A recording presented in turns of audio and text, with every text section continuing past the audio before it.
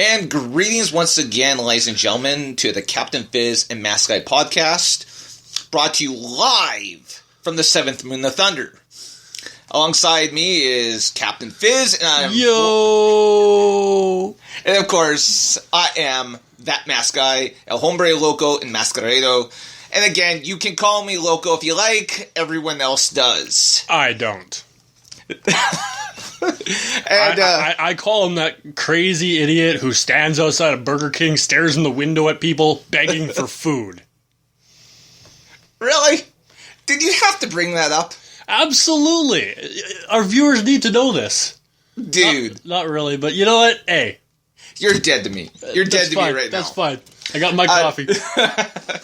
And you know what? Shout out to all the listeners that tuned in for our last episode. All 62 of you. 62, yeah. That's honestly, that's more than twice what I honestly thought we were going to get in the first week. I do promise I was not more than half of them. And it was kind of interesting because the vast majority of our viewers actually was from Calgary. Yes, which is kind of strange because last I heard, I think Calgary actually had something better to do than listen to people from anywhere else. Like, don't they have the Stampede right about now? I believe it's actually in July. Well, shiver me timbers. Okay. And it's also, I was actually quite shocked to find out that we actually have a listener in Australia. Yeah, he came all the way from down under. So, g'day, mate. I don't know. I apologize if my cohort offends you. Who the hell am I kidding? I don't care. Okay, so before we go any further, we just want to send best wishes and get well to our buddy Andrew Johnson. Andy, you know what? We really we hope you're doing well, bud. We wanted to get you to actually come on the podcast with us, especially when we start talking about the fall preview for a lot of the comic book shows that all three of us are really interested in. Which actually, I could say he honestly knows more about all of them combined than I do. Yeah, and so, I mean, that's really vital. And honestly, in some ways, this almost could be the Captain Fizz, Mask Guy, and Andy show, because he's, oftentimes he is the third amigo. And so, Andy, get well, man. Without him, this show would not exist. He continuously pushes us every week to be the idiots that we are. And he's our biggest motivator to do what we do. Pretty much every week. And now we bring it to you guys. So, cheers to him. Cheers. And a happy life that will continue. Amen, amen. Okay, so next, this has been a tough week. Not only, has our bud Andy, been going through a serious health crisis, but we also lost two legends. Count Dooku. Yeah, Count Dooku. Christopher Lee himself, also better known as Saruman in the Hobbit and the Lord of the Rings movies. And before that, the original Dracula. Well, I don't know if he was the original Dracula. He's the only one worth mentioning. Bela Lugosi, probably should be up there too. But, I mean, that's a different conversation for another time. But, I mean, if it wasn't for guys like Christopher Lee, Fizz and I, we wouldn't have a whole lot to talk about. I mean, he is a legend. He is an icon. He's had his hands in almost every type of movie, every thing out there that we used to watch as a kid that motivates us to do what we do. Like, obviously, Count Dooku, you cannot get any better than him. He was pretty badass for, Yeah. I mean, Christopher Lee, I'm sorry, I didn't actually find out how old he was, but considering that Christopher 93. Lee... 93. So when you think about this, when he went off and he did Attack of the Clones and Revenge of the Sith, he actually would have been in, like, his late 70s, early 80s. Yeah, you also got to remember, as great as he was, this is a guy who did not enjoy doing what he did. He did not want to be the bad guy. Never did. And yet he was probably one of the greatest villains of all time. He played it perfectly. Between Dracula, Count Dooku, Saruman, he pretty much played every bad guy to a T without falter. Yeah. Although, I mean, Saruman wasn't always a bad guy. But, you know, he played the whole contrast between good and evil. Yeah. You know, better than I think anyone ever has. Even, like, you look at Darth Vader. You know... I'm not sure... I mean, as much as I loved Christopher Lee's work, I don't know if I'd put him on the same level as Darth Vader. Honestly, though, I mean, for me, it's, you know, Darth Vader, then, you know, Count Dooku would probably be there. I mean, then Darth Maul. And maybe I'm in the minority, but I wasn't the biggest fan of the Emperor. Although, you know, honestly, I thought he was really good.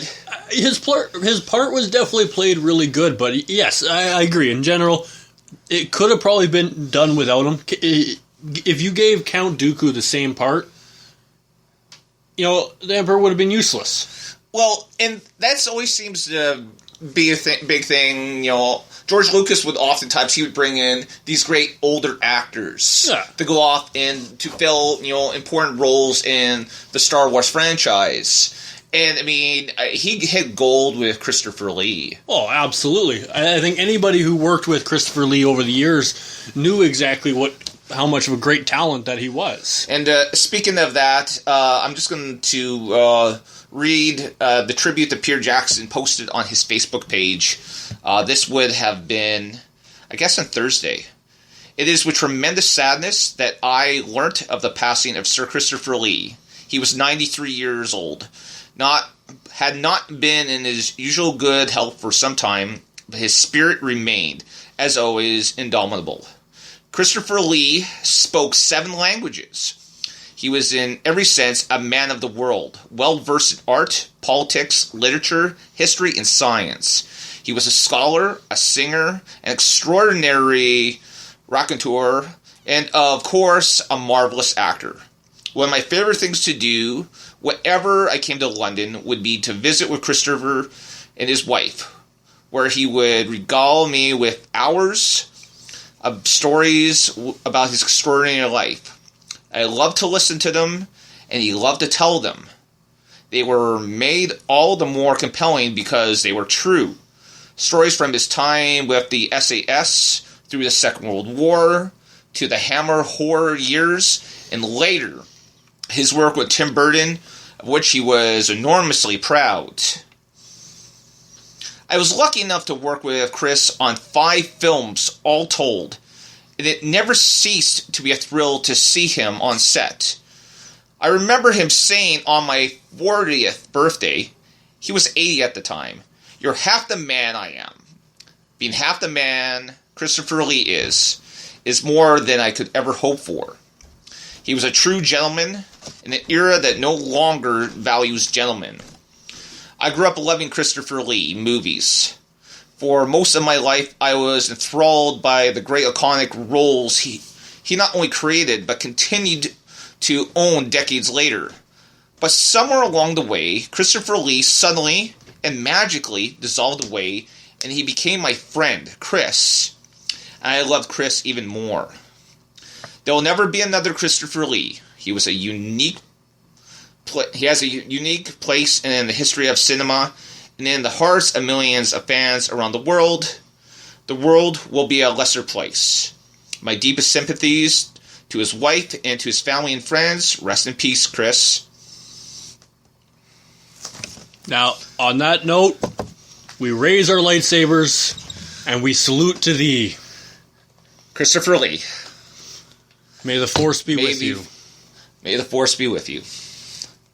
We also lost another icon, this in the professional wrestling business. The American Dream, Dusty Rhodes, also passed away on Thursday. Apparently, he fell down some stairs, and this led to some complications that led to his death later in the day. Basically, kidneys shut down and dehydrated. I did do my research. I didn't want to go off and say too much. But yeah, he went off and he passed away as well. And I honestly, when I first heard the news, I was absolutely stunned. In some ways, it shocks me when, ever I hear about the passing of a celebrity or which honestly this last year and a half has been happening more often than we can count. We have lost a lot of great ones over the last year. Absolutely. And it just, I remember my wife sent me a text message, and I was out grocery shopping, and she said Dusty Rhodes has passed away. And I just sat there, or stood there, and I was just kind of shocked. And it took a little while for me to kind of digest it and to realize that, damn, I'm going to miss this guy. And I grew up as a fan of what was then known as the World Wrestling Federation. We didn't really get to see much of Dusty and the American Wrestling Alliance or the Jim Crockett promotions up here, just because WWE by that time was such a juggernaut. And most juggernauts seem to avoid Canada because we seem to suck their money away.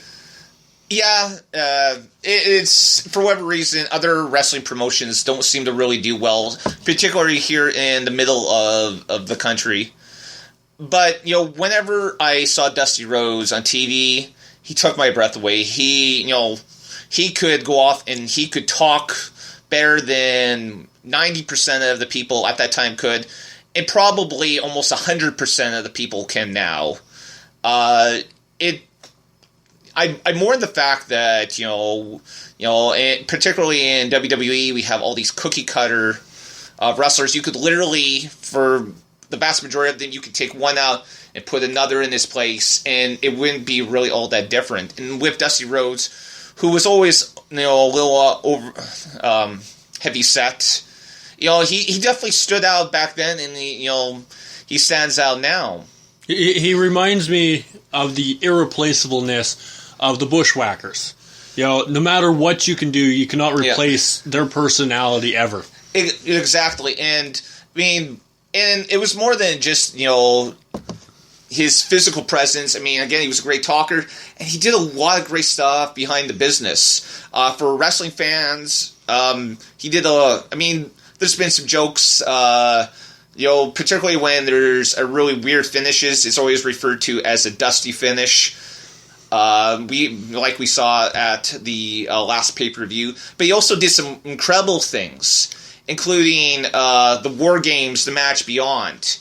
And it's kind of a sad state that, no one has really tried to pick up and try to do this match. I realize that trying to fit two rings next to each other and put a cage around it is a little bit more difficult.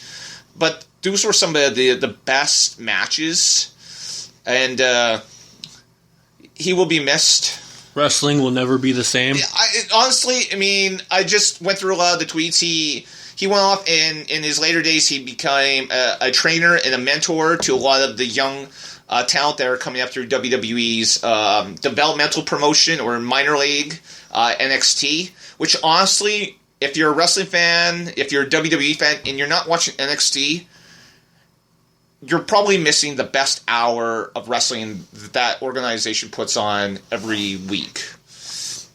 And just the amount of just shock and just the absolute tributes that these kids were putting out, because, again, he was not just a mentor. He wasn't just a friend. He was like a father to a lot of these guys. There's people that don't even work for the company anymore who've moved on. The former Bruce Clay went off and he posted something on Facebook, and you could just see how heartbroken he was.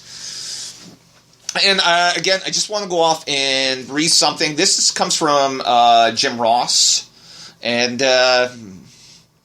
so it says here, while in Asheville, North Carolina on Thursday, working with our charity, Headlock on Hunger, WWE caught up with me to interview me for the upcoming Owen Hart DVD. I had just been asked the question, what does the date May 23rd, 1999 mean to you? My cell phone began buzzing like it was obsessed at the mere mention of the date that remains burned deep in my mind. My cell buzzed so long, so often, that one of the crew members had to stop recording. With my mind reluctantly racing to the fateful day in Kemper Arena in Kansas City, Missouri, that I regularly work on suppressing, I excused myself to regain my composure. adjourned to the men's room and checked my messages on my manic phone. While trying to